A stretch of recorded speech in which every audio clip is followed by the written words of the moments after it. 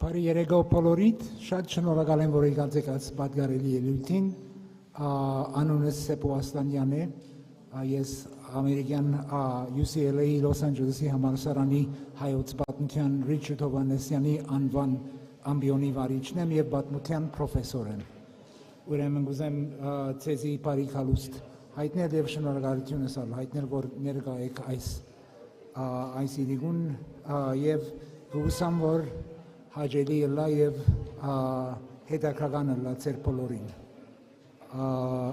Բացման խոսքս անգլերենով պիտի կատարեմ, բայց կարծեմ թարգմանիչ ունենք։ Good evening, everyone. Welcome to this event. Distinguished speakers, esteemed guests, my name is Sebu David Aslanyan. I am the Richard Hovannesyan Chair of Modern Armenian History at UCLA, and I am also a professor of history at that same institution. It is an honor to host a book launch for the first Western Armenian translation of several signal works of the Italian tradition of Microhistory or Microhistory, one of the most influential schools of historical thinking of the last half century. It is not an exaggeration to say that our distinguished speakers today, Carlo Ginzburg, all the way at the end, Giovanni Levi, all the way at this end, and Sanjay Subramaniam, are among the most distinguished historical thinkers and practitioners of our craft alive today. It is my extreme honor to host them here in beautiful downtown Yerevan for this unprecedented event marking the translations of Ginsburg's magnificent The Cheese and the Worms, the Cosmos of the 16th century Miller, and Subramaniam's brilliant Three Ways to be Alien, Travails and Encounters in the Early Modern World. Published in 1976, Ginsburg's book is a detailed study into the unusually artful mind of a 16th century Friulian peasant accused of being a heretic by the Inquisition and burned alive at the stake in 1598. It is one of the most seminal works of historical writing to appear in the last 60 years and has been translated into well over 26 languages, including most recently into Western Armenian. The Armenian translation comes with the added benefit of having an appendix that presents two equally seminal essays on the craft of Microhistory or Microhistory, one by our distinguished Italian guest here, Professor Giovanni Levi, who is also a co-founder of Microhistory, and the other by the late Edoardo Grandi, another great Italian intellectual.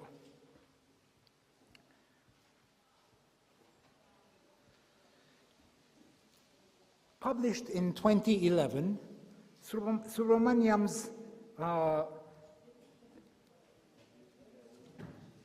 Three Ways to be Alien uses the genre of biography and case study to ask broader questions such as how individuals' identities, protean identities, changeable identities, shifted and changed in relation to estrangement, alienation, as well as authority. And although there are important differences between these two works that are available in translation, there are also a good many commonalities involving methodological perspectives at work.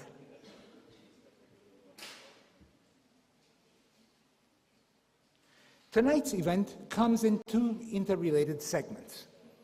The first segment will consist of about half an hour and will feature several short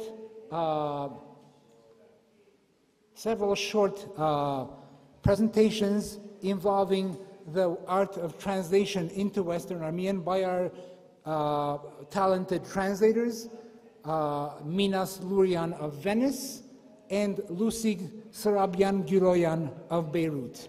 In addition, we also have Hagop Gulujan, my colleague at UCLA, who oversaw the editorial work on the Subramaniam volume and happens to be one of the most talented writers in Western Armenian today.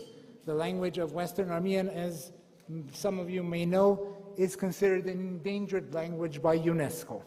Hence, the importance of bringing that language back to life or keeping it alive as much as possible by engaging in such cross-cultural, interactive, scholarly endeavors as translating works from different traditions into Western Armenian, which is more than capable of accommodating foreign terminology and so forth without necessarily resorting to foreign words to make room for such novel ways of thinking and conceptualizing. If I can ask the person who is speaking aloud in the back to please have some respect. Oh, I'm sorry. Okay. Sorry, so I thought, I'm sorry. All right.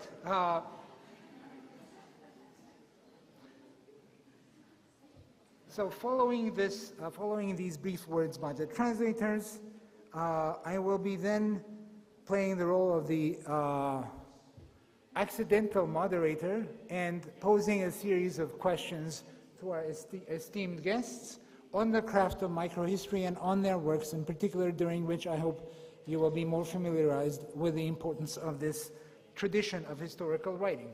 But before I pass the floor to the translators of these books, let me say a few words about the genesis of this project and of the whole publishing agenda behind it. The idea of inviting these luminaries to Yerevan was planted in my mind about a year ago, this time as I was in Yerevan and pondering the melancholy thought of the impending dangers that awaited Armenia as a small nation. This was a few months before the ethnic cleansing and the genocide that occurred in Artsakh and neighboring Azerbaijan. So at that moment, as my mind wavered in despair, I thought of nothing better that I could do than commission a translation of these two works into Western Armenian, an endangered literary tradition, and holding alongside this event a two-day conference celebrating 4 centuries of familiarity and friendship between Armenians in Armenia and India, a conference that will be convened here starting tomorrow morning on the upper floor of this very same eminent, distinguished institution, the Kafesjan Center, and I hope to see many of you there for this event. And the thought of inviting these guests and having the conference at that time on this topic that I mentioned was stimulated by my desire to do 2 things at the same time. First, I wished to translate these important works into Western Armenian, a literary tradition that some people have perhaps too early on have been too eager to pronounce as a language that is worthy of being mummified or embalmed. It is far from that in its current state, and we hope that we will do our best through acts of these sorts of translating works to keep the language and heritage and tradition as alive as possible. The second reason I wanted to do this was also to contribute to Armenia's ongoing openness to the world in terms of its academic traditions and academic community, and engage in an interactive and mutually beneficial discussion and dialogue between currents of thought that come from Europe and America, as well as local vibrant currents of thought and intellectual vigor. So, and of course, I was also very much concerned with the solitude and neglect of Armenia in this difficult period of our people's history. So I'm very happy to have this event and to invite world-class scholarship to Armenia at this stage. It's very rare. I would say it's a black swan event, a once-in-a-lifetime event, to have scholars of this caliber sitting before you at the stage at the same time.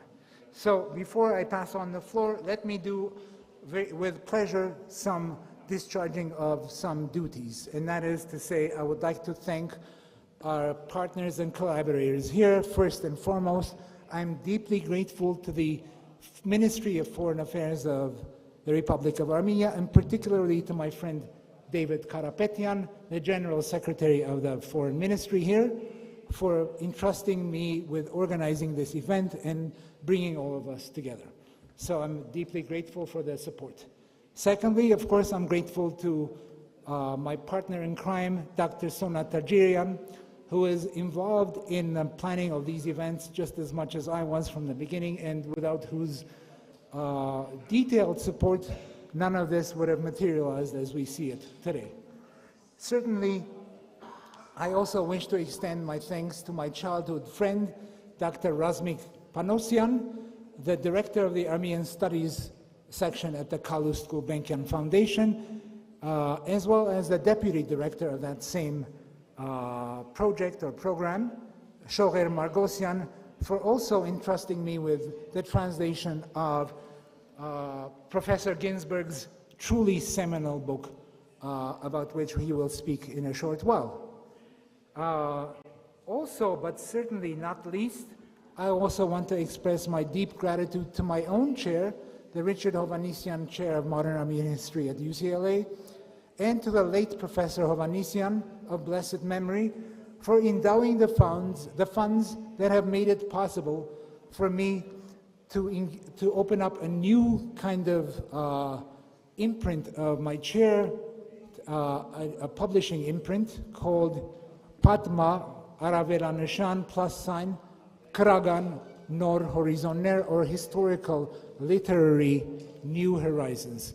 An imprint that aims to publish at least one book of translation a year into Western Armenian, here every 2 years in Yerevan through our publishing house here, Ari Publishing, as well as Antares, to both of whom I'm also very grateful for facilitating the translation and publication of these works. These works are available for purchase later on. I encourage you, please, to purchase a copy, either for yourselves or for a gift.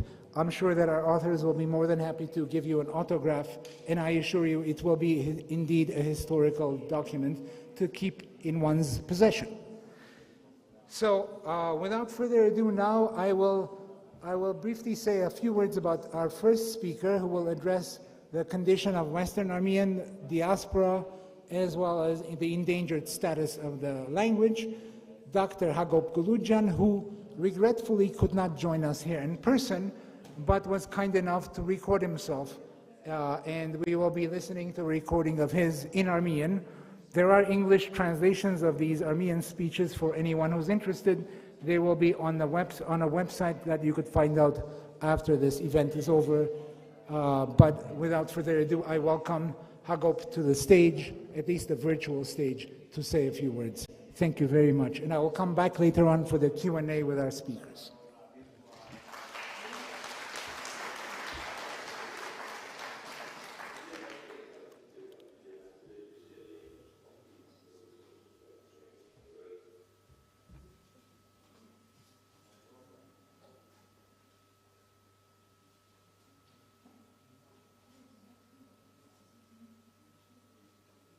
Բարև ինձ եւ պատիվ եղած է UCLA-ի ոստանագից պրոֆեսոր Սուբրամանյանի հատորի հայրենի աղբար Լուսի Գյուլյանի հատկապես բացառիկ իրացեկտական։ Մշակութային տվայտանքներու եւ հանդիպություններու մասին մտածելու այս ճիգը անհրաժեշտ մոտորումներ կարճատրե հայերու մեծամասնաբար սպեկտրային ազգին, այսինքն ժողովրդի որ բազմադեսակ հանդիպություններ եւ տվայտանքներ ուդագիր է իր անհատական եւ բավական կազմավորման ոլորտի մեջ։ Հայկական սպիրկայնությունը կարելի է մերթ ընկալել իբրև ինքսին բազմապատող դասությունը, երկրորդ աստիճանի կամ երրորդ աստիճանի։ Այսինքն, փոխանակ սոստ մեկ սպիրկեն մյուսը շարունակությունն անելու, սպիրկը կստեղծե իր իսկ սպիրկները, որոնք իրենց կարգին կունենան իրենց ևս սերով այլ սպիրկներ։ Օրինակ, ես 4-րդ աստիճանի սպիրկ հայ եմ։ Հայեր ընդհանրապես քիչ թե շատ կազմակերպ սպիրկն են կազմել որոշ վայրերի մեջ, որ հետաքրքրին հավանաբար աղետներու հետևանքով հետևանքով զանգված է պարգդեղողին այլուր, թարնալու ոչ միայն ույշ սպիրկը, այլ նախորդ սպիրկին սպիրկը։ Իրենց հետ բերելով հանդիպություններ ու բերել այդ նախորդ, սակայն դեռ միշտ անավարտ գործարության։ Փեր եզրը վարանում է որը գործած է։ Քանի որ ունի որոշ շղթային երանգ, եւ բարդան օդարականի երեք կենսախորձ չեն կրնար ուսապիլ մոդորել է հերեն անտի այն բագետության եւ այն կատալոնմանի գործարության մասին, որ կշահնինք սորվելով լավ միաժամանակ յուրահատուկ օդարականը եւ այլանդիկ տեղացին։ Ասում մեր շուրջի աշխարհի հետ բարվելու նորովի եւ կարողանալ մուրարար ծավալ հայտարարել։ Դերևս փեր բարավիդի փոխարինեի գիտելիքով կամ հնդուտիա։ Ամերիկայի մեջ իմ օդարականը լալովից գործս, հացի նաեւ տեղացի են, հիմնված է հարավ ամերիկահայ սպիրկինի սկզբիրկը լալու գործարությանս վրա, ուր մեր հանդիպություններով սորվել էին օդարական մոդելացիոնը միջին արևելքի սպիրկը լալեիք։ Այն արիլ գարկին սպիրկներ հայկական գիլիգիով, իսկ գիլիգիան ինչպես բոլորս գիտեն, հազարամյա առաջ նահատուկ սպիրկներ ունեն։ Սպիրկայի մշակույթը եւ հադած է եւ հաղթահարած է օդարունի, հարմարունի եւ հանդիպություններով այս բազմաթիվ աստիճանները, երբ որ ալգրցել է կրիադեվել նախադեսելի ակերպու սնունդեն ավելի, ադոր մեջ հաճողած է հենելով գլխավորապես գրավոր լեզվի վրա։ Այդ խոսքով անոր, որ գլխավոր գործիքն է ինքնության բառերի փոխադրության, փոխանցումին եւ վերամշակումին։ Ասկե 15 տարի առաջ էր, երբ հայերենի արևմտյան ջուլիգացության մասին տեղեկակիրս հանձնեցի ՅՈՒՆԵՍԿՕ-ին, որ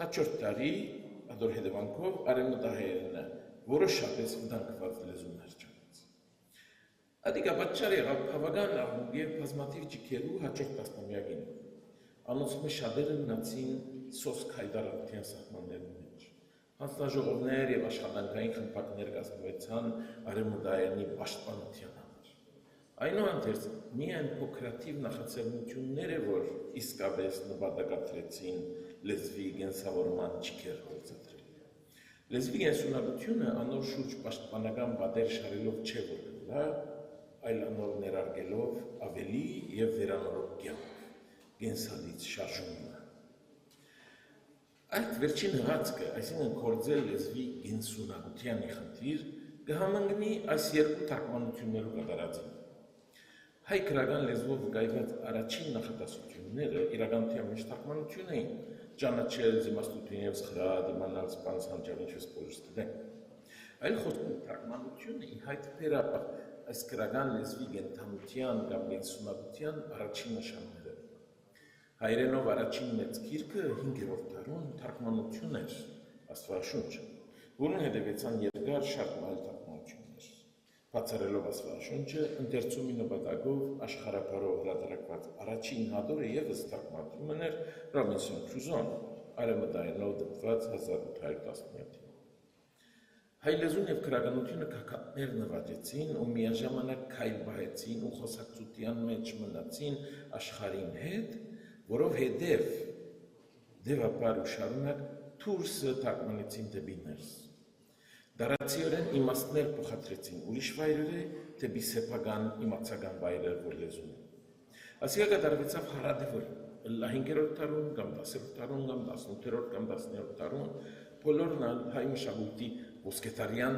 կամ վերածննդյան ժամանակաշրջաններ։ Այլ խոսքով թարգմանությունն է, որ այս մշակույթին բարգեւած է իր գենսունակությունը։ Հավանաբար կուշակեք, թե ուր գովիմ այս հաստատումով։ Լեզվական գենսունակությունը մեր բարակային միշտ առնչված է թարգմանության հետ, որպես միջոցը խուսափելու ներս փակվող լճացումեն, որ անխուսափելիորեն պիտի առաջնորդի թեպի մտավորական ջղջմություն եւ անգումայնություն։ Այսօր, երբ իրադրությունը առարկայականորեն վտանգալից է հայ լեզվին համար, վտանգված լեզու անվանումը պետք չէ որ վհատեցնեն, զուցատեցնեն, այլ մեզ մղե գենսունակ ավիշ ներարկելու լեզվին։ Այդ պատճառով է, որ պետք է հրճվինք վերանորոգ լավատեսությամբ, որ կան այսպիսի ծրագիրներ, ինչպես Գյուլբենկյան հիմնարկության թարգմանական մատենաշարը, որ հայրենին գբերի անցյալ գեստարու ընկերային գիտություններու եւ մարդկային ուսումնած ժամանակակից մտածողությունն ու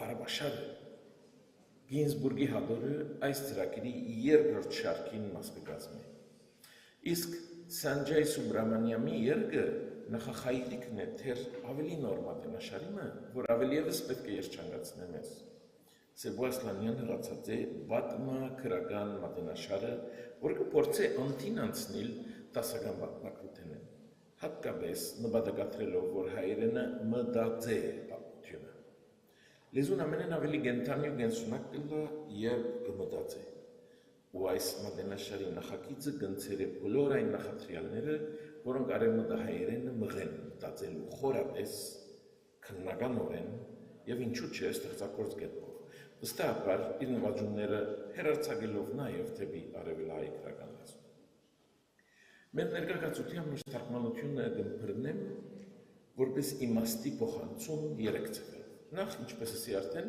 դուրսը ներս բերելու համար։ Երկրորդ, որպես թարգմանությունը կամ փոխադրությունը այլևս արդեն ուրջացած ներսին թեպի սփյուռքային վիճակ։ Ու վերջապես, որպես փորձը վերգայացնելու աշխարհը եւ ինքսինք այդ լեզվով ու այդ լեզվի միջեն, ինչ որ պիտի նշանակեր սփյուռքի մտավորական գոյություն հաստատել սեփական ուժերով։ Հոն է, երբ իսկապես կրնագեն սունակրճակվիլ եւ ծևեր գտնել արդեն այլևս իր նպաստը բերելու շուրջի աշխարհին։ Շնորհակալություն։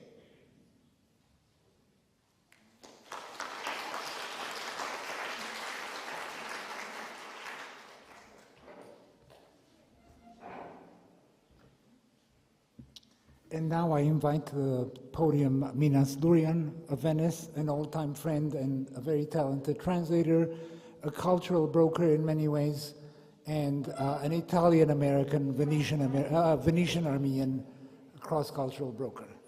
Thank you,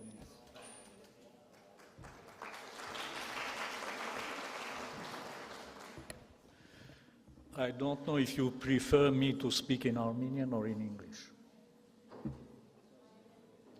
What you? It's okay. It's okay. I already said everything to our friends, Italian friends.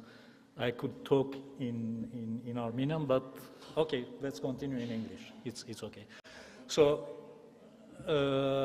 I'm very happy being here in Armenia with these distinguished professors, and I'm really honored having translated their works, especially the Carlo Ginzburg's chef-d'œuvre, the Menocchio's world in Armenian, into Armenian. And I'm also very thankful to Sebu Aslanyan asking me to do this translation work 2 years ago. My translating work was already finished a year and a half ago when I first met together Professor Giovanni Levi and Professor Ginzburg in Venice in a very interesting informal meeting inside the Jewish community ghetto. It was an informal meeting talking about their childhood, about their friendship, about their being of Jewish origins, and about also their feelings about their being Jewish and in relation with the Israeli statehood, since the statehood was created in 1948. For me, it was really a rare experience to think, to hear about their feelings on these issues. So I'm not a linguist, I'm not a translator, a professional translator.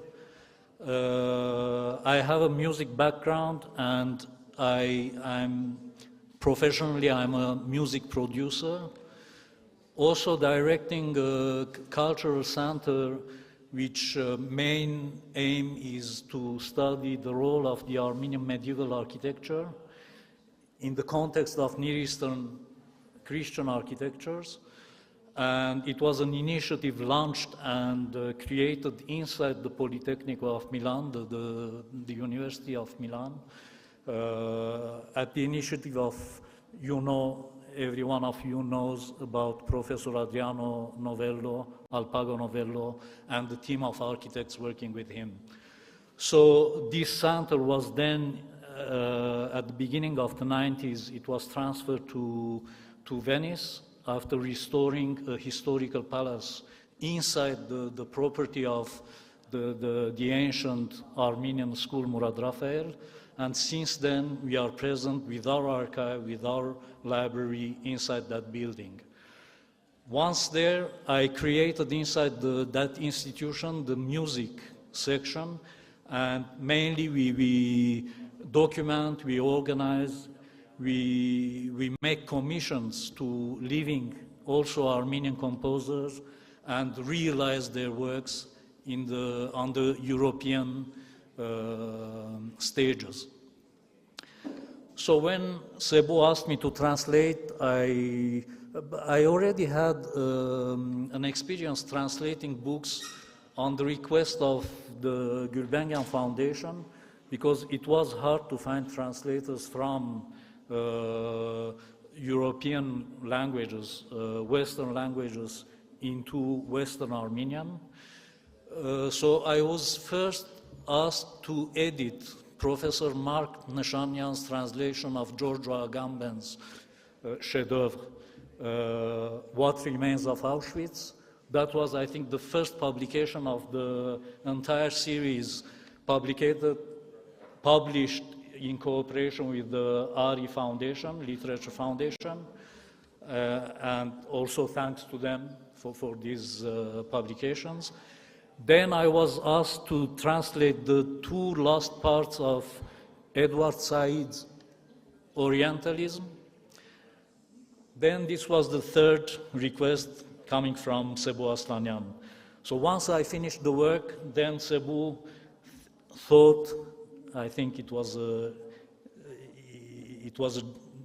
genius idea to accompany Professor Ginsburg's work with an appendix of two articles of Professor Giovanni Levi and Eduardo Grandi. I bring here also the saluto, how you say it in English.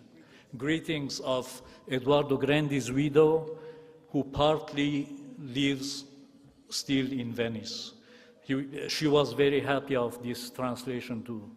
So presenting his work now that he is passed away. So it was really a hard task translating. To find words in Armenian of this kind, of this level of works, it's not easy. So a lot of times I try to invent words or to try to find words in a lot of dictionaries, comparing words. And it was also very hard to translate Professor Giovanni Levi's article. I enjoyed very much translating Professor Ginsburg's work. It's a historical book, but it's also, you could read it as a novel, as an investigating novel. So I hope I was able to raise that level of production in my translation. And yeah, it's you could buy the books and read yourself. And yeah, thanks.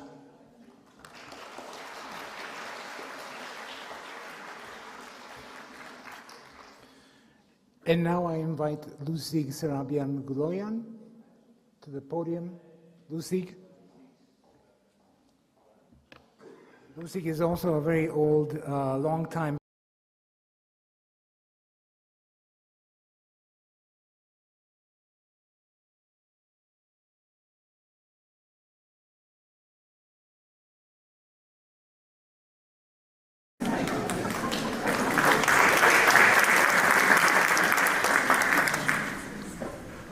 I will read my speech in Armenian for a change.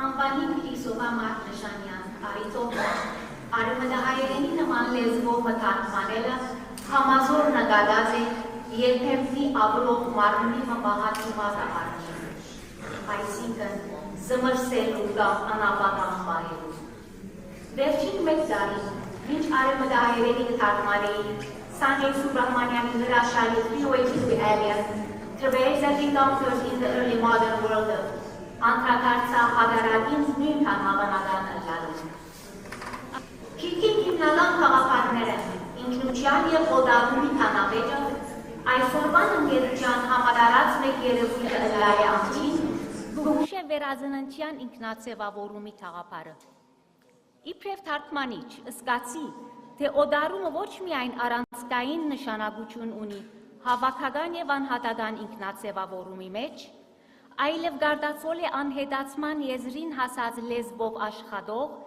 և օդար խաղապարներու և մտածելակերպերու թիմաց հայտնված թարգմանիչին բարդականությունները մեկը։ Թարգմանելու փորձառությունը շատ նման էր համապատասխան բառերով զառ բռնելուն։ Ներկա ժամանակներու մեծակույն պատմաբանները մեկուն ոգեշնչող բարակայի ուսումնասիրությունները պիտի վերարտադրեի նախնիներուս լեզվով։ Մարդահրավերը ըմբոշխնեցի շնորհիվ այն առաքելության, որուն ձեռնարկած էր պրոֆեսոր և Կալիֆորնիա Լոս Անջելեսի համալսարանի Ռիչարդ Հովհաննեսյանի անվան հայոց արդիպատմության ամբիոնի վարիչ դոկտոր Սեբուր Դավիթ Ասլանյան։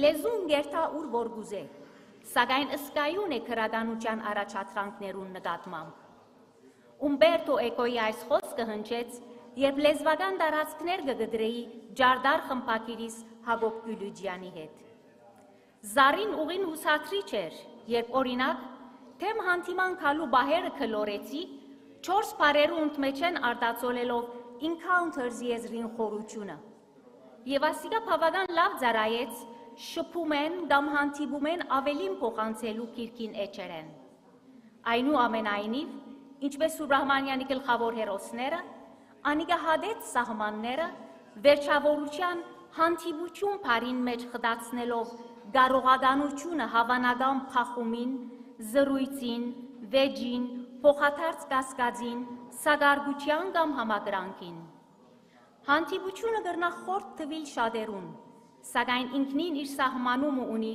հայերեն հեղինակավոր բառարաններու մեջ։ Օդարումի կամ ադարացումի հետևանքով իրենց ինքնությունը վերստեղծող և վերացևավորող անհատներու վրա Սուբրահմանյանի մանրապատմական հայացքը ինձի մտածել տվավ, որ արևմտահայերեն իբրև քրական և վտանգված լեզու հավասարապես կրնա հագումը ունենալ վերափոխումի։ Ավելին, արևմտահայերենի քրական ավանդությունը ոչ միայն զմրսված և անդեսված չէ, այլև կարելի է այն վերաշխուժացնել, թարգմանելով օդար հասկացություններ և պատմաբանական խորիմաց մոտեցումներ, ինչպիսին է օդարականի 3 կենսափորձի փոխանցությունը։ Ներշնչման աղբյուրը լալով սահմանները գդրել փափակողներուն, արևմտահայաքեթ Հարություն Քյուրքչյան, որ ցավալիորեն մահացավ մինչ կնավարգեի Սուբրահմանյանի աշխարհներում մեջ, լուսամիտ հաստատում մկատարած է գրելով. Օդար մտածումի փոխադրությունը թեպի տվյալ լեզումը կմնա ինքնին անփոխարինելի մշակութային գործունեություն, լեզվի մկոյատևման անհրաժեշտ նախապայման, լեզվի հարստացումը թարգմանութենը և փոխառությունները ակնկալվող, այդ ըսկայնության և մտածումի համախառն որակն է ամեն բանի առաջ։ Շնորհակալություն։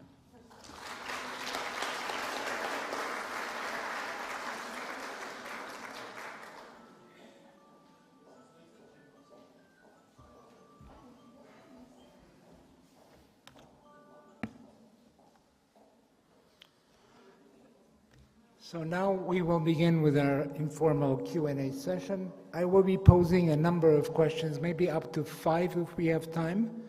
And I will ask each of the speakers to address the questions separately, hopefully within a 5-6 minute time limit, but I will leave it to your discretion.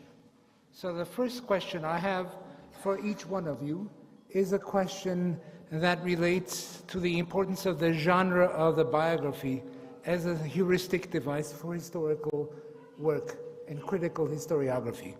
Each one of you on this stage, distinguished as you are, have tackled with the question of biography in your own separate ways. Professor Levy has a celebrated article in the journal Annales on les usages de biographie. Sanjay Subramaniam has tackled the question of biography in his work that has been translated here for us today.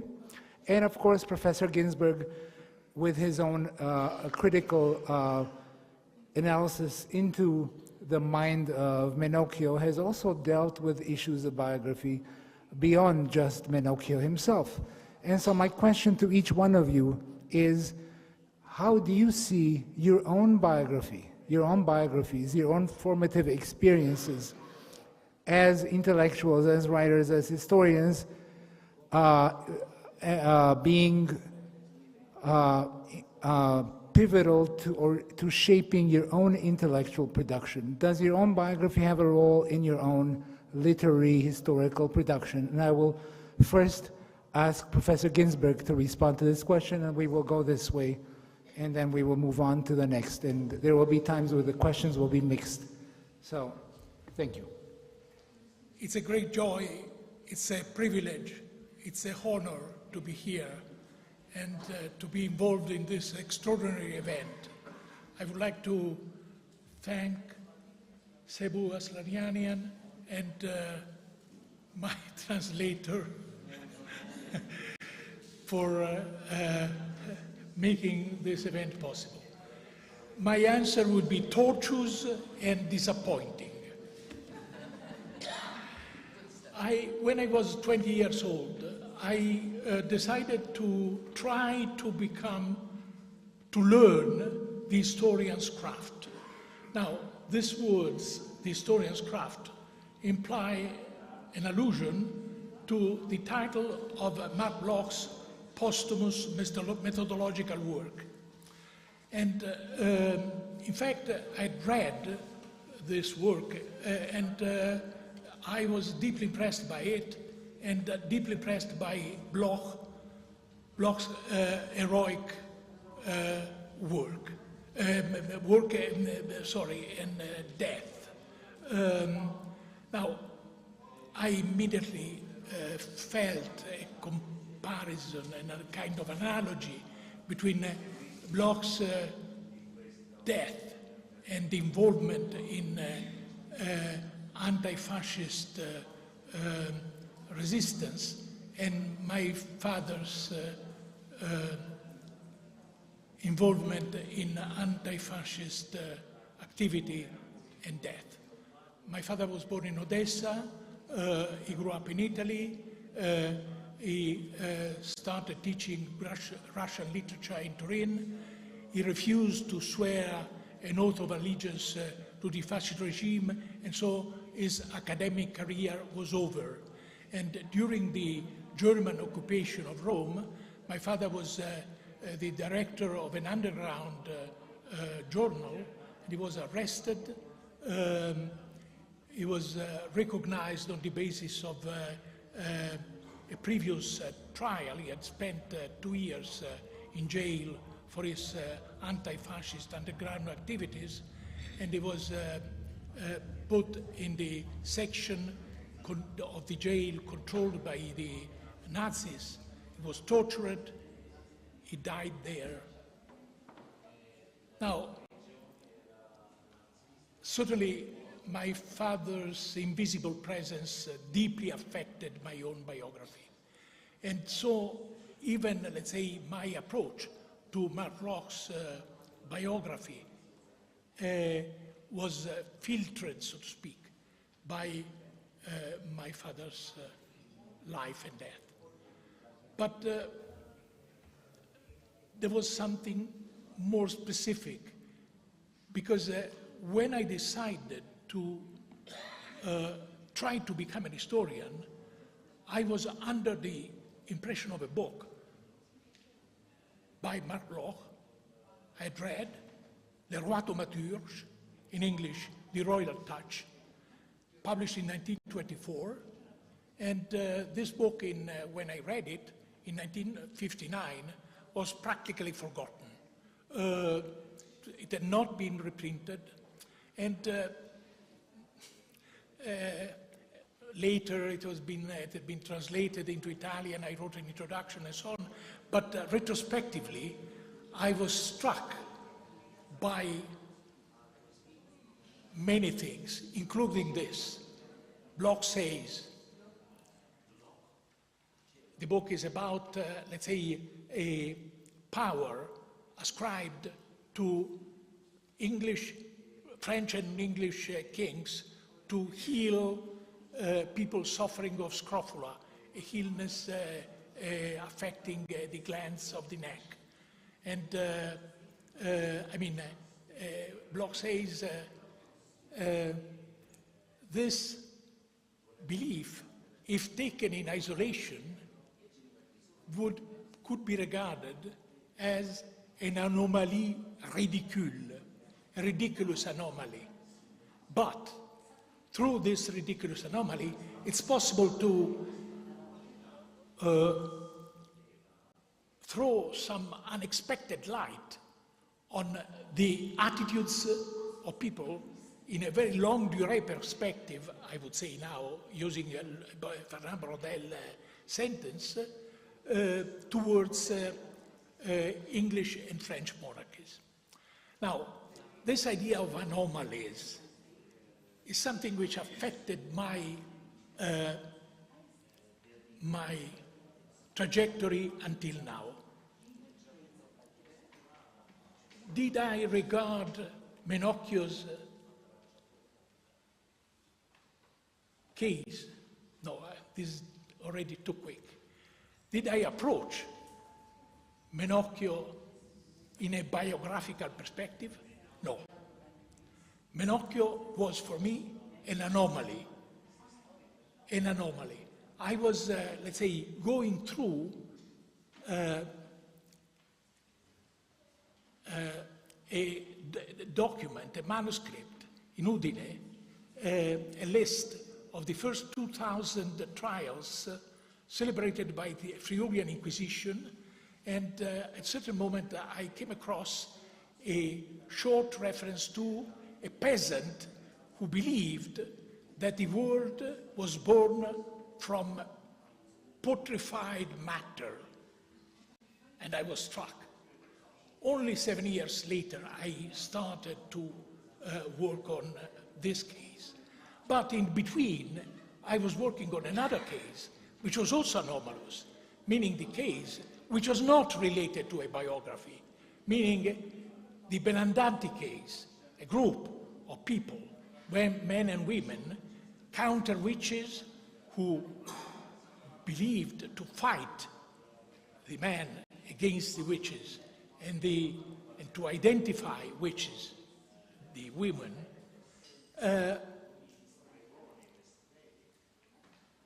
and those people were really surprising because their tales, what they said about their ecstasies, were deeply different vis-à-vis the Inquisitor's expectations. So once again, I was looking for an anomaly. An anomaly. In fact, the first essay I ever published was on a case, on a peasant, Chiara Signorini, a woman who had been ejected from the land she used to work on. And she was accused to be a witch and to having put a charm against the landlady. And this was in 1519. And I was approaching witchcraft trials through a very naive, let's say, hypothesis. Witchcraft as a form of elementary class struggle, a mixture of Gramsci's ideology of subaltern classes and Michelet, La Sorcière, as embodiment of revolt. And then I found this trial in which, let's say, the lady, the Chiara Signorini, was fighting, apparently, against her landlady using magic. And so I was surprised and disappointed. Disappointed because, I mean, let's say, if the confirmation of, let's say, my hypothesis was so quick, the hypothesis was not so interesting. In any case, I transcribed the trial, and at a certain moment, Chiara Signorini said, yes, I was, let's say, looking at I mean, dealing with the case of my landlady, because the Madonna, the Virgin, said, you have to do this. And the Virgin was beautiful, rubiconda, with red cheeks. And so there were elements which were completely unexpected, which emerged from that trial. In fact, the essay I devoted to that trial was entitled Witchcraft and Popular Piety. Now, at the end of this essay, I wrote, this essay, notwithstanding its specificity, it can be regarded as paradigmatic. And I thought, well, years ago when I reread the essay, paradigmatic, this was an echo of Thomas Kuhn's The Structure of Scientific Revolution. My essay was published 1 year before Kuhn's book, and I was using the word paradigmatic, which is at the very center of Thomas Kuhn's book, in one of the meanings used by Kuhn, meaning exemplary. So, anomalous case as exemplary case. So, this is what paved the way to my work on Menocchio. Not biography, but a work on an anomalous case.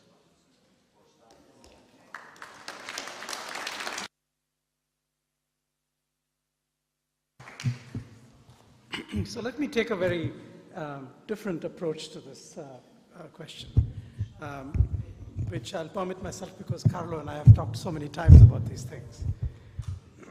All right? Let me think about this in the following way. So it's true that what everybody writes, not just me, has something to do with their own biography and has something to do with their own parcours. And it's also true that the book that you write when you are 25, you will never write when you're 55. And sometimes in pessimistic moments, when you are 55, you think, I was a better historian when I was 25. You know, I had better capacities, I had better memory, I had better capacity to do certain things. But of course, it's also true that you hope that when you're 55, you have something else, let's call it some kind of wisdom, say, which you didn't have when you were 25. So every moment in your life, you write different books, you write different essays, which are based on your own trajectory. Now, I have approached individual cases at various moments in my career, right? So this book that you have here uses 3 individual cases. It was actually delivered as a series of lectures in Jerusalem in 2011 or 12. And I deliberately actually chose the idea of being an alien, partly because actually I was reflecting also on Israel and the situation of people in Israel, which I thought was interesting in relation to this idea of alien. The book was also a reference to a kind of a joke from my childhood, which was a book which was famous when I was young by a Hungarian humorist called George Mikash, which was called How to Be an Alien. And it was actually about how this Hungarian moves to England, and he keeps trying to become English, and the English keep telling him, sorry, you will never be English. You can do whatever you want, but at the end of the day, you will always be a foreigner, right? So this, of course, also has something to do with my own life experience, you could say. I grew up in India. I spent the first 35 years of my life in India, and then I began to move to different places. And when I moved to these different places, they influenced the way in which I wrote history. So just to give you an example of another book which I wrote, which could be considered in some ways to be a biography, is a book about the Portuguese explorer Vasco da Gama. It's called The Career and Legend of Vasco da Gama. Now, this is an interesting book because it was written in Paris. By the time I wrote this book, I had moved from India to the École des Hautes Études en Sciences Sociales. And at the time that I had moved to the École des Hautes Études, there was actually a debate going on there between several people, one of whom was Giovanni Levi, about the question of biography. Right? So actually the great sociologist that I think perhaps all of us knew, Pierre Bourdieu, had written an essay which was called L'illusion biographique, in which he said that it is a mistake for people to actually imagine that biography exists and that it can be used. People are not to be treated as such. The human individual cannot be treated meaningfully as an entity in this sense. And this was contested by Giovanni Levi to some extent in his essay. But there was also an interesting book which came out around that time by Jacques Le Goff called Saint-Louis. And the central question of this, which was a kind of a coy French joke, was Saint-Louis a-t-il existé? Did Saint-Louis actually exist? Or was he, in fact, a kind of a fabrication? So I was actually thinking about these things when I wrote the Vasco da Gama book. Right? And it's something which I've constantly thought about when I approach these individual cases, right? Which is, I do not treat them as biography, you know, in the sense of the biographies you can buy in airport bookstores, right? I do not think that that if somebody wants to write that kind of history, it's their problem, it's not mine, right? But I think it is still useful to consider this, the individual parcours, if you want, the individual trajectory, as something with which one can work. One can work in different ways, and I continue to work with it. I plan to come back in the next few years to something which, again, probably will make me cross paths with Carlo, which is I have a project to write a small book on Michel de Montaigne.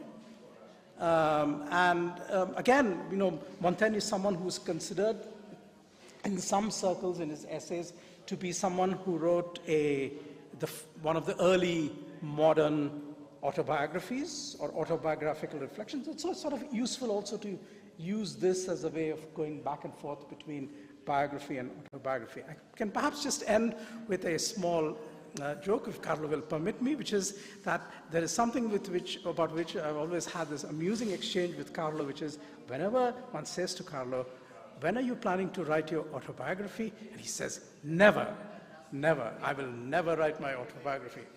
Let's see whether he changes his mind.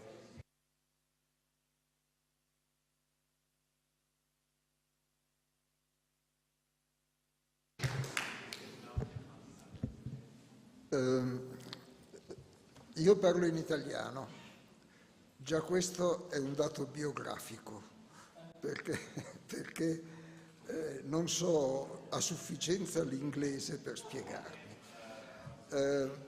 Voglio anch'io però partire da una parte autobiografica. La parte autobiografica è quella che sto scrivendo in realtà, che riguarda i miei primi 7 anni di vita. Nei primi 7 anni di vita io non ho capito niente del mondo. Sono nato nel 1939 e durante la guerra mi sono divertito moltissimo. C'erano morti, c'era la campagna razziale contro gli ebrei, c'erano morti tutti i giorni, c'erano rastrellamenti, case bruciate, eccetera, eccetera, ma la mia idea del mondo nei miei primi 7 anni di vita è stata che era normale, non avevo altra esperienza. La mia esperienza era che il mondo era fatto così, che non ci stupiamo affatto di queste cose se non abbiamo esperienza. Questa breve cosa che ho trattato molto poco mi serve per dire questo, che l'autobiografia ma anche la biografia sono la cosa più difficile che gli storici possono fare, perché noi facciamo tante vite, siamo tante persone in qualche modo. Un bambino che non ha esperienza avrà una vita non automaticamente conseguente di questa non esperienza, ma una vita completamente diversa, anche più sensata in qualche modo. Allora, io mi sono messo a scrivere sull'autobiografia perché gli storici, sulla biografia, perché gli storici tendono a trovare la logica di una vita, la linearità di una vita, la coerenza di una vita.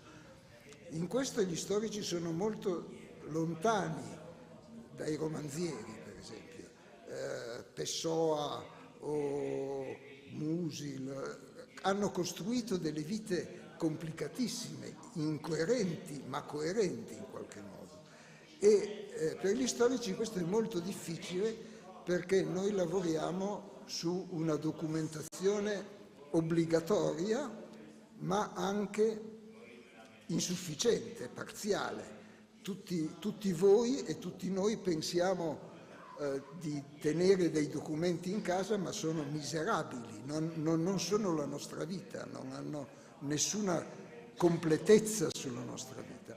Allora mi è parso utile sforzarci di inventare in storia un fatto improprio, anche un fatto stupefacente come quelli a cui faceva riferimento Carlo, ma anche Sunjai, cioè cose stupefacenti per un lettore, per uno storico, che tuttavia provano a immaginare una cosa storicamente rilevante.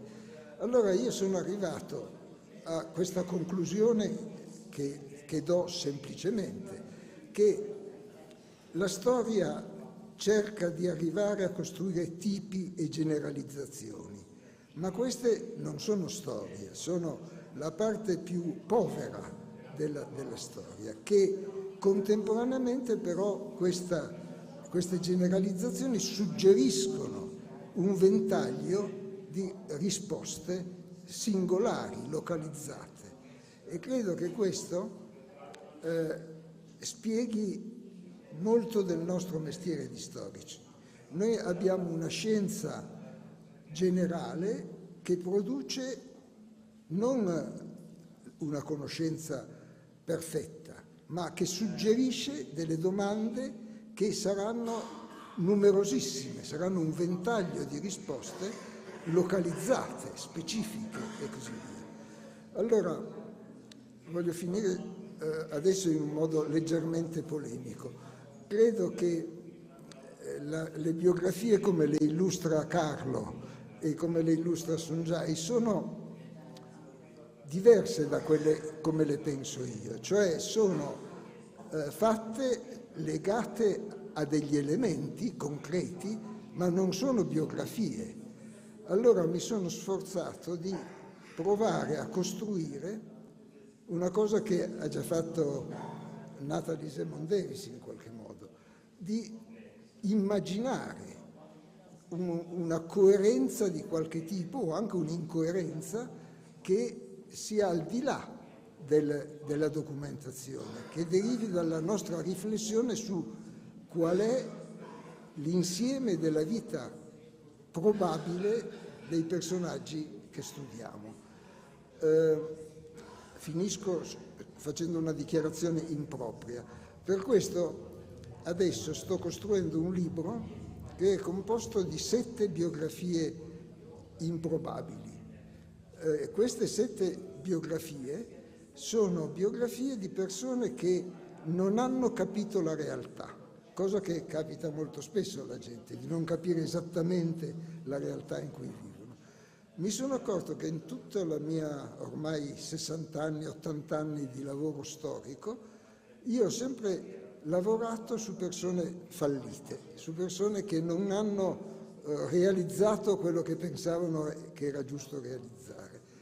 E vorrei allora provare a costruire, seguendo molto Natalie Semondelis, che riempiva i suoi libri di ipotesi piuttosto che di affermazioni documentate. Ho finito.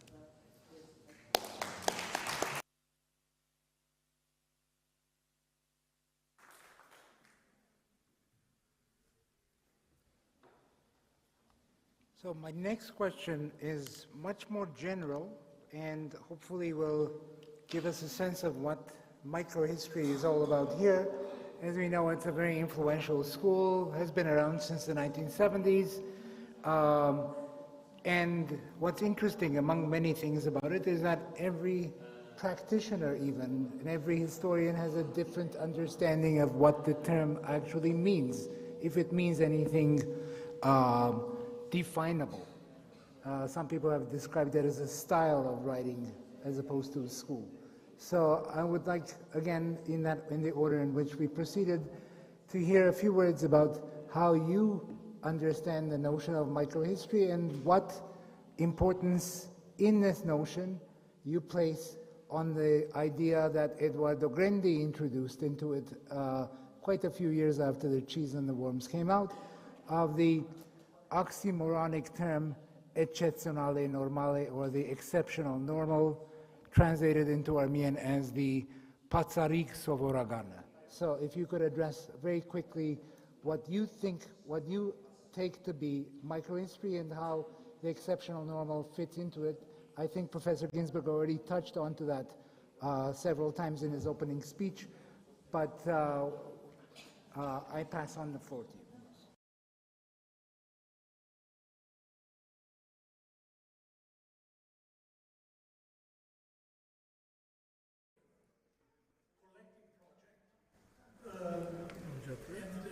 Involving historians from a different background, from different trajectories, Edoardo Grandi, Carlo Boni, Giovanni Levi, myself. But as I am concerned, as I said before, my trajectory towards microhistory was related to anomalous cases. Anomalous cases. And only much more recently, from cases, I was led towards casuistry. Maybe I will say a few words about this later, but let's focus on eccezionale normale. Actually, Edoardo Grandi's first reaction, first of all, the word microhistory is never present in my book, The Cheese and the Worms. The word microhistory emerged from a series of debates around the journal Modernist Origin. And one of the elements in those debates was a series of criticism on my work, The Cheese and the Worms. And actually, the first reaction of Edoardo Grandi was, but this book is based on documents which are too exceptional. So, let's say, their historical effectiveness is circumscribed. Then he changed his area. And then he started with, he launched that brilliant oxymoron, eccezionale normale, which I think was something which I tried less brilliantly to put forward in the introduction to my book, because in fact, Menocchio's case has been, let's say, approached, notwithstanding his exceptionality, a Miller who was able to read, to write, to debate with inquisitors on the origins of the world, debates which have been duly transcribed in the records of his trials, to debate aggressively about the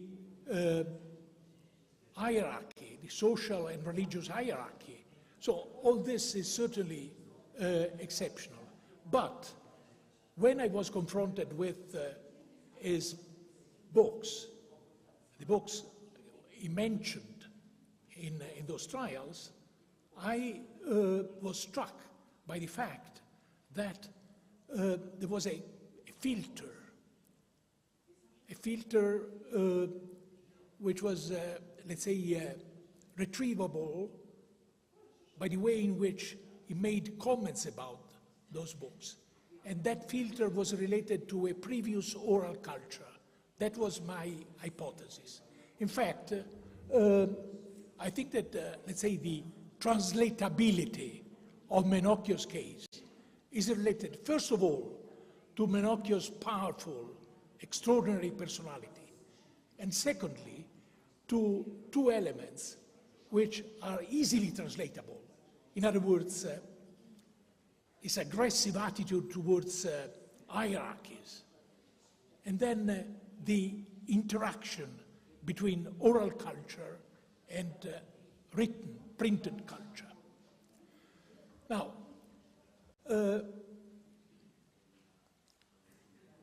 I think that, let's say, this eccezionale normale, I remember that I was working with Carlo Poni, one of the co-founders of Microhistory, on a little piece called Il nome e il come, and we picked up Grandi's marvelous oxymoron, eccezionale normale, and which in fact, let's say, brilliantly embodied something which can be translated into something different. Some years later, I wrote, I think, that exceptions are, from a cognitive point of view, more rich than norms, because norms cannot include all the violations of a norm, but exceptions necessarily include the norm. Now, Enrique Espada Lima, a Brazilian historian who wrote a very detailed and insightful book on Italian microhistory, sent me a message saying, but I mean, you know that you are, let's say, echoing an argument put forward by Carl Schmitt. I was struck and surprised because actually, I mean, he was referring to Schmitt's political theology, and I had read political theology only after having put forward my argument. And then I went back to Schmitt's book. It was not Schmitt. Schmitt was quoting a Protestant theologian. I mean, in his extreme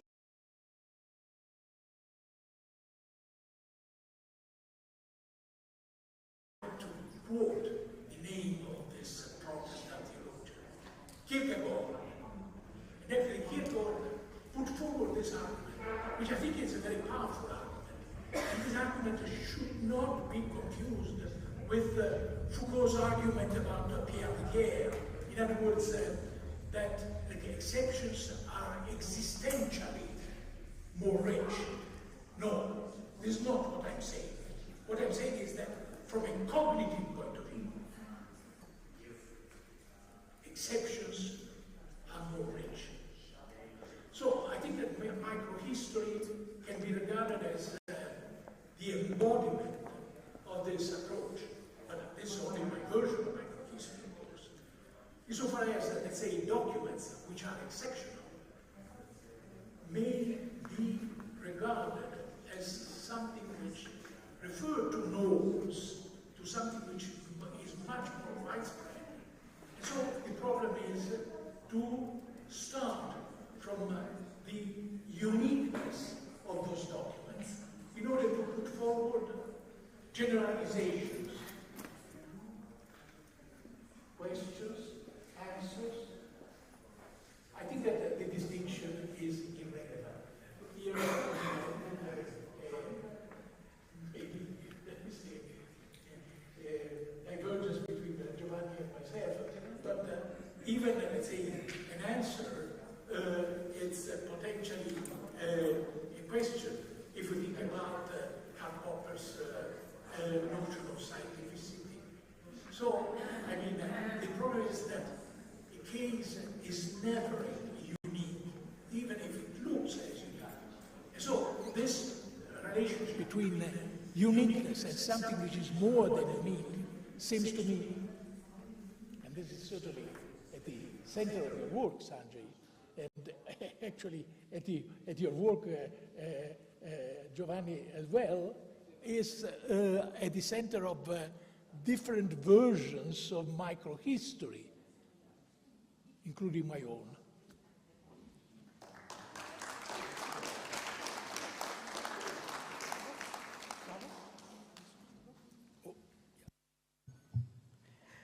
Well, so obviously my approach to this question would be different from these two gentlemen who participated in creating microhistory, right? So we know that there was a group, as Carlo has mentioned, and which created it, and perhaps did not always agree on all the details. But by the time I became a historian, that was already a received wisdom, that there was such a thing. And then for us, who were in a way, the children of microhistory, it was a question of what we did. Did we accept it? Did we want to participate in some ritual of Fata Mort and say we don't want to do this, we disagree with it? Do we say we like one version but not another? So these were the kinds of options that were open to us, people in my generation. And I think that in my particular case, eventually, two things came to me. One is that I eventually came to the idea, from Carlo partly, that in microhistory was about the microscope. So it was about looking very closely at something. And since, because of biographical reasons again, though my training is actually initially as a social scientist, I have no degrees in history. I have only degrees in economics, right? But then, as I proceeded through my life, I became a historian. I learned the métier. And one of the things which I learned as part of learning the métier was actually what was valid and invalid philological practice. Philological practice, right? Now, philology, of course, has a bad name in some circles, and some of my social scientist friends don't like it, but I believe that it's very, very essential, whether you're approaching texts or images or whatever materials that you are planning to use. And I thought that actually the philology and the microscope could be put together, and this would be at least what I would take away from microhistory. I could have taken other things away from it, and I could have done, no doubt, different things, as people have done, both in my generation and subsequently. So I think that this is really what we have now, we are now about 60 and odd years on from the early texts of microhistory. So we all have it as a resource. We can take what we want from it. We can, of course, reject it. But I still feel that there is the possibility of a creative engagement with it. The second little point I want to make is something which is, has always amused me as I've taught my students. I'm sure that some of you here are teachers, which is when we teach our students, we often try to tell them that there are something called schools in history. That there's this school and that school. In fact, in anthropology as well, this school and that school and so on. And this is actually a very difficult idea, really, finally, because whenever I have spoken to anyone who allegedly belongs to a school, and I ask them, do you belong to the school? They at once deny it. They always deny it. And they say, no, I don't belong to the school. That's somebody else. It's not me, And in fact, the only people who will usually claim it are the people who don't belong to the school, really, right? So the imposters will always claim it. So, I mean, for example, by the time when I was teaching in Paris, the Annales School. So the question was, does the Annales School exist? Did it ever exist? Who was in it? What was it? Nobody could ever come to any conclusion about this. The Cambridge School of Quentin Skinner and John Donne and so on. I mean, did it exist? Did it not exist? So I think this is, again, an interesting thing. The school as an object. The school as an object is almost like the human individual as an object. That is, we are always turning it this way and that and saying it is this, it is that. And, it always takes me to my favorite parable, which many of you will know, the 6 blind men of Hindustan, to learning much inclined, who went to see an elephant, though all of them were blind. And so each of them touched the elephant, and one touched the trunk and said, oh, this looks like a snake. And, one touched its tail and said, oh, this looks like some hairy creature. And so everyone touched the elephant and came away with the idea that it looked like something, but none of them actually had any idea of what the elephant was. The schools are something like that, and I have a feeling that, the more we try to think about microhistory, the more elusive it will become and the more difficult it will become for us to grasp it. So far as I'm concerned, it's something, it is a resource. I take from it what I can, and I hope I don't abuse what I take.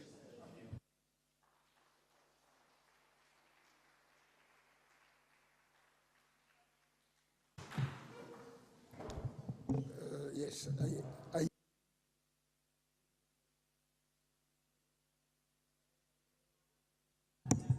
is published with a microscope on the cover. But il tentativo che io ho fatto è quello di vedere quante cose importanti succedono quando apparentemente non capita niente.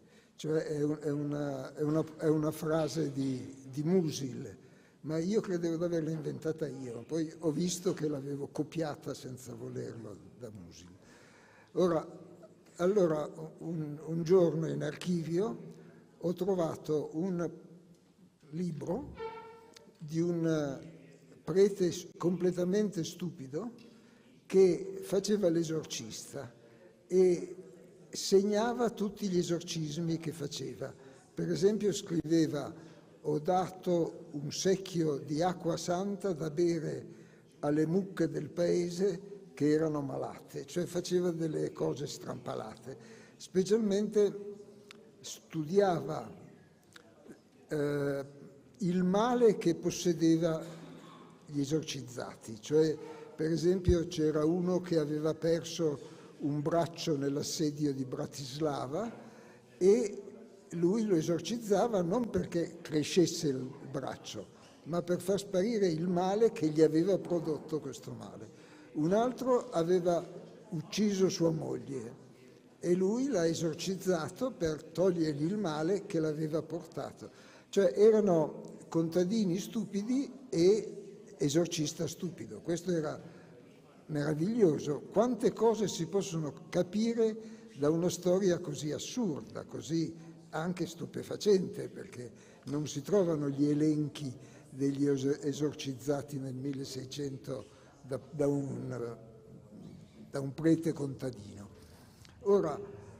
Allora ho provato a raccogliere tutta la documentazione possibile su ogni abitante del paese, cioè tutti gli abitanti del paese avevano lasciato qualche frammento, al matrimonio i testimoni, gli atti notariali, tutto quello che c'era stato, e da questo quadro, basato sulla stupidità, diciamo in qualche modo, ma anche sullo stupore, è nato pian piano come funzionava la società in generale, il mercato, come funzionavano le strutture familiari, le relazioni fra persone e così via. Ora, era una sfida, cioè io volevo provare a riportare la storia al livello meno intellettuale in qualche modo, più normale, e in questo senso ne avevo discusso molto con Edoardo Grendi, cioè questo era l'eccezionale normale, ma così normale che era stupido, diciamo. Ecco, ora, credo che questo però mi abbia insegnato molte cose e abbia anche insegnato molte cose, perché permetteva allo storico di porre delle domande che non erano definitive, ma erano domande di valore generale.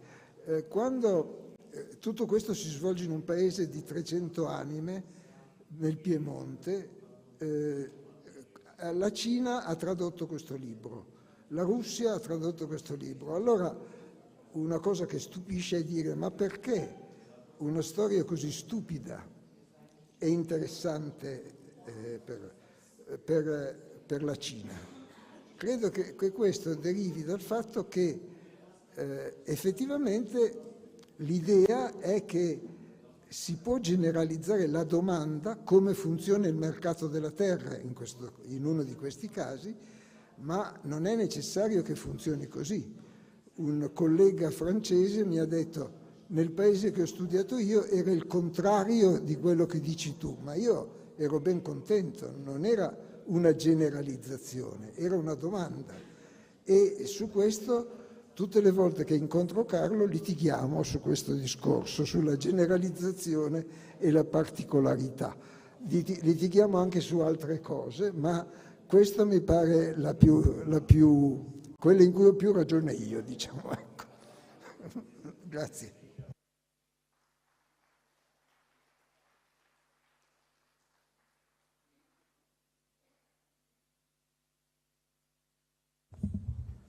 The next question I have has to do with maybe continuation of parts of this discussion, and it has to do with the absence of documentation in the archives when most of us who work there often find ourselves at a moment where there is the trail of documents is broken, and we feel that we have this urge for what Ranajit Guha called the urge of plenitude, of having documents that give us a more inclusive, more expansive view of what really happened.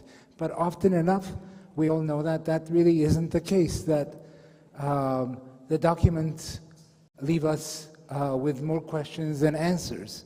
And so we're faced with this problem of the gap in the historical record, the torn fabric of history.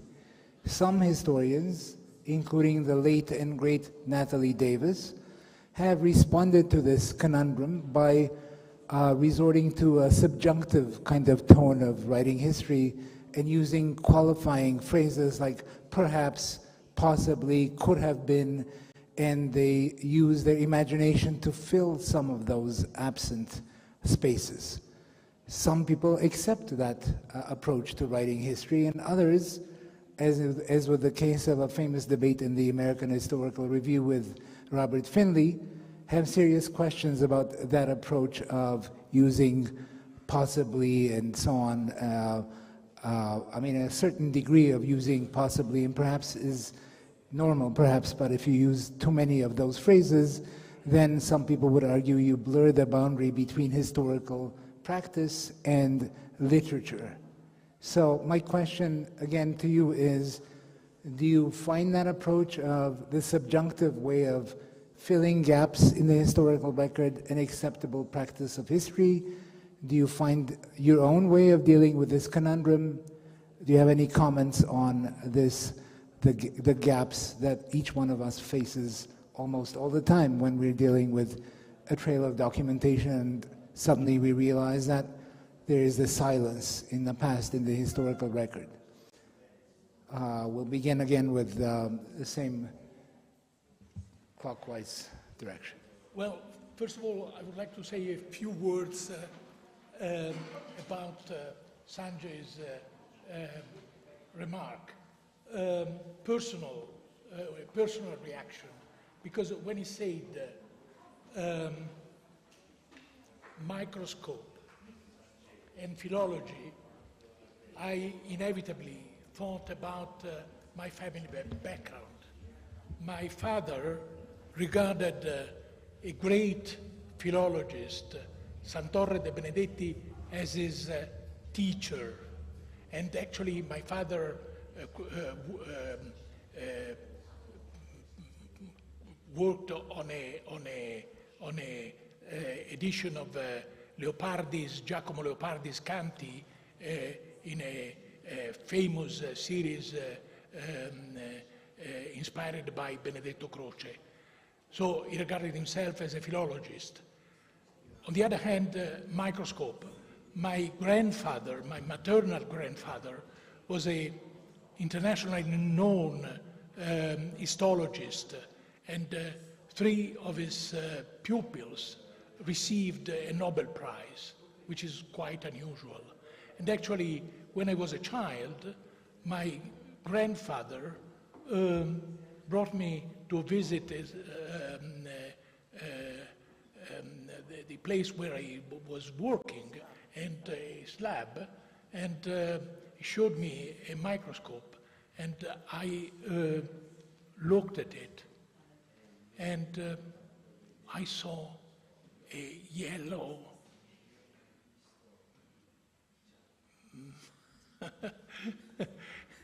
a yellow how can I describe it? I mean, something where I was so deceived, I didn't dare to tell my grandfather how deeply deceived I was. On the other hand, microscope became part of, let's say, my ideal experience. And without doubt, the notion of microhistory is related not to the dimension, either physical or symbolical, of the topic we are dealing with, but to a microscopic approach. And here there is something which is absolutely crucial, and I would like to stress this here: the geopolitical dimension of microhistory, the geopolitical implications of microhistory. Let's say a work on, let's say, a community of Icelandic fishermen can be more important from a scientific point of view than, let's say, the 100th version of the Président Bastille. So I think this is absolutely crucial, and this explains the lasting, completely unexpected impact of microhistory on the international scene.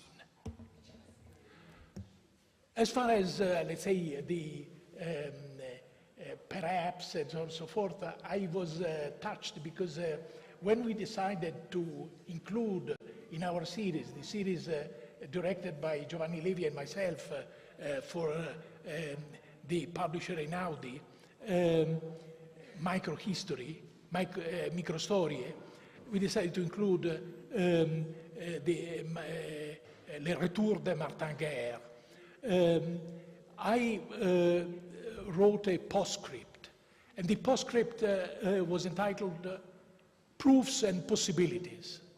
So actually I focused on, let's say, this strategy, meaning perhaps, meaning used in conditional and so on and so forth.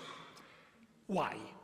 Well, because in a way I was trying to counteract something I was only at that moment perceiving, meaning the growing neo-skeptical movement, blurring the boundaries between fictional narrative and historical narrative. Now, Natalie Davis' brilliant use of narrative devices could be misread as if it would be an example of a fictional narrative. Not at all. Actually, she was, let's say, trying to deal with the gaps using as if, as a cognitive strategy, using narrative devices for their cognitive implications.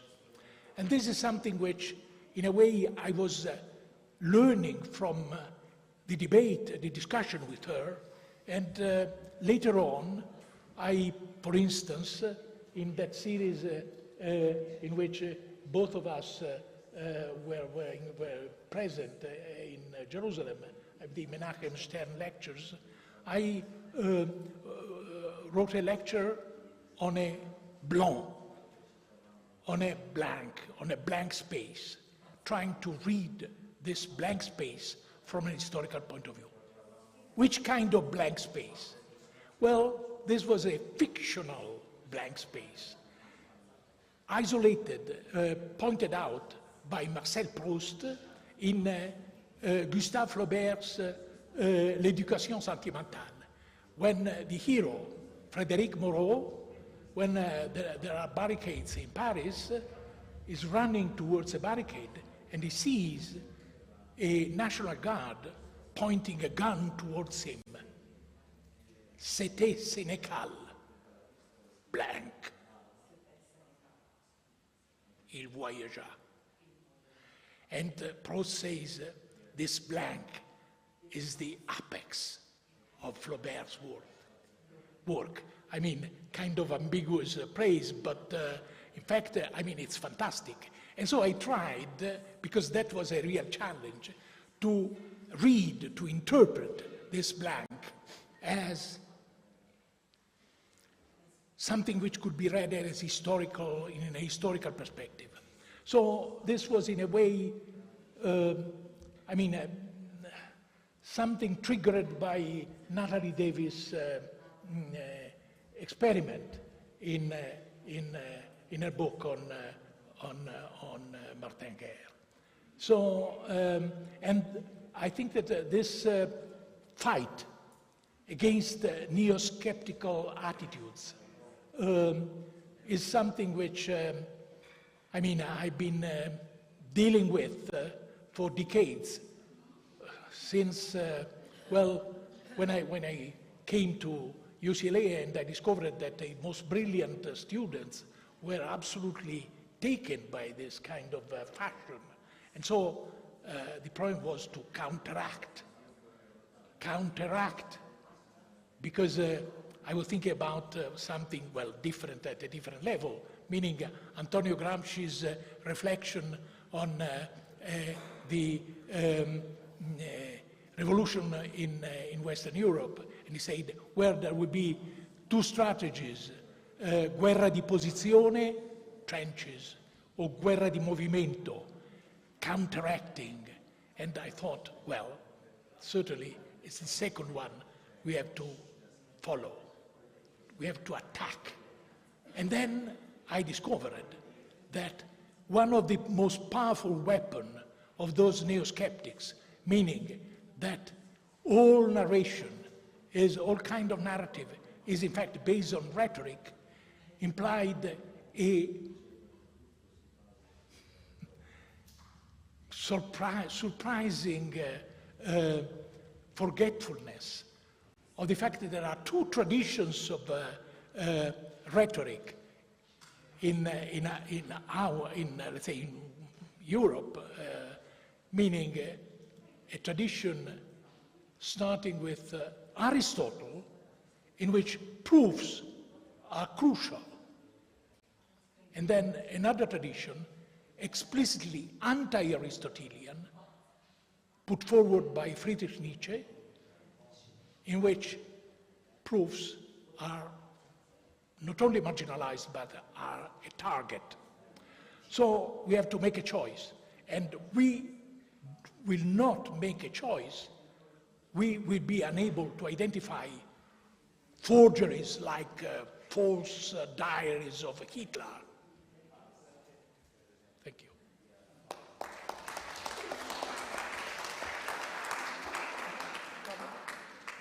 Oh, sorry. I couldn't trust my memory, so I looked it up. And let me cite to you an unexpected source, Ezra Pound's Canto 13. And even I can remember a day when the historians left blanks in their writings. I mean, for things they didn't know. But that time seems to be passing. A day when the historians left blanks in their writings, but that time seems to be passing. So it's a real problem for us, which is when we do not know, and sometimes it's not just a temporary situation that we do not know, but we are more or less convinced that there are things which we cannot know, not only that we do not know. What do we do? What do we do about that? That's in a way your question. Now, for me, the way I have thought about this is in relation to something else, which I've tried to lay out elsewhere, which is I think that, people tend to confuse two different positions which do exist. So there are people whose reasoning is ahistorical, right? And then there are people whose reasoning is explicitly anti-historical. And we, as historians, are often confronted by both of these positions, and I think we have to take different attitudes and use different strategies in relation to these two positions, the ahistorical and the anti-historical. And I feel sometimes that the historian increases her or his vulnerability in relation to the anti-historical when the historian is hubristic. And that hubris actually partly consists of making the claim that you can put things into the blanks, right? Now, you can put things into the blanks in various kinds of ways. In the subjunctive mode, of course, the English language is famed for not having a very powerful subjunctive mood. The Romance languages are better at that. But it's also, by saying, what if, let's push this, and so on and so forth. Let's do counterfactuals. Let's even blur the idea of fiction and history where it exists and so on. And I feel that, I have a great admirer of historical fiction, right? I mean, I grew up in India reading all kinds of historical fiction. I mean, Alexandre Dumas was one of my great favorites as a child, right? But I mean, today, if I'm supposed to think that, La Reine Margot of Alexandre Dumas is, has something to do with actually the Reine Margot of the 16th century, I mean, really I should have my head examined. So my point is this, that if we are fairly clear in our minds about which genre we are working in, I think that it's necessary for us, and this is, by the way, not only for us as historians, I would say, the same is true. For example, I mean, we have some distinguished anthropologists in the audience. I'm sure it happens to anthropologists that they come back from their field work, they're writing it up, and they think, damn, I should have asked some questions, and I did not ask them. Now, what am I supposed to do? Right? This is a silence. It's something which is missing. And what am I supposed to do with this? Right? Now, of course, one answer to it is that you can kind of write an anthropological fiction or an imaginary anthropological voyage or field work or whatever it is. But I think that all of us need, you know, as I said, to realize at what point, as Ezra Pound said, we need to leave the blanks in the writings. And partly that is actually not about anybody else, but it's about protecting ourselves from our own hubris.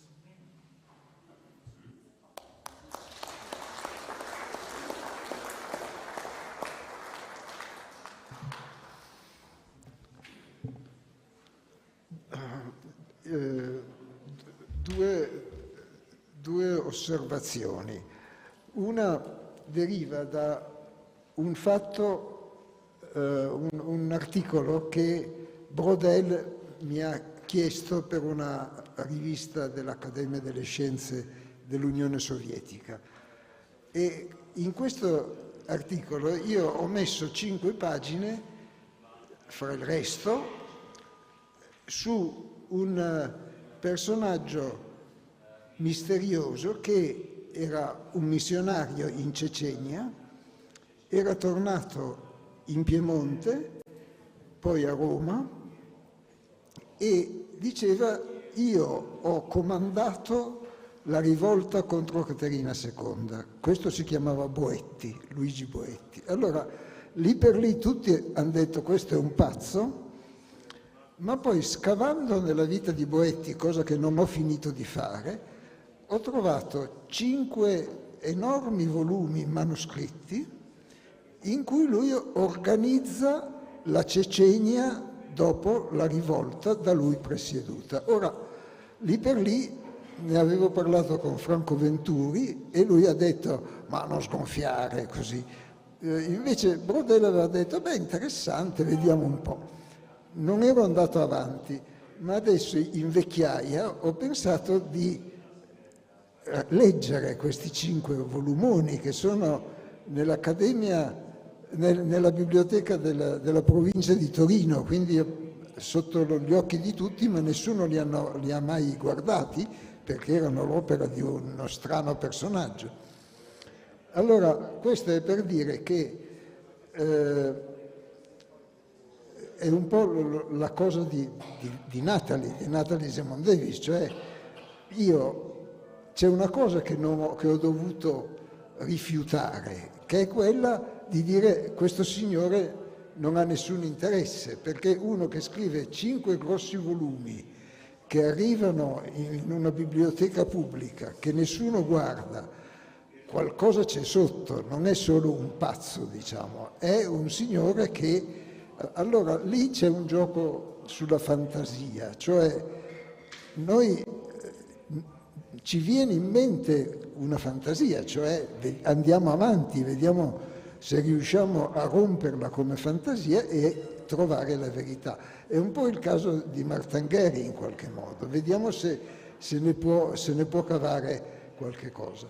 Avevo un altro esempio, ma non voglio allungare le cose. Voglio dire che io non amo i romanzi storici, li patisco, anche i film storici.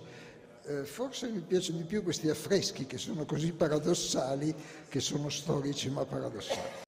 Però credo che invece ci sia una quantità di cose che sono state scartate ma che dicono moltissime cose. In questo senso il lavoro di fantasia degli storici è fondamentale. Quando i miei studenti vanno in archivio e dicono: cercavo questo ma non ho trovato niente, io dico sempre: benissimo, siete a posto, continuate, perché l'idea che c'è la lista di documenti già belle pronti e ti basta trascriverla è un difetto grave. Allora, la prossima volta che ci vediamo, fra 3 o 4 anni, vi racconterò se la storia di Boetti è vera o è falsa.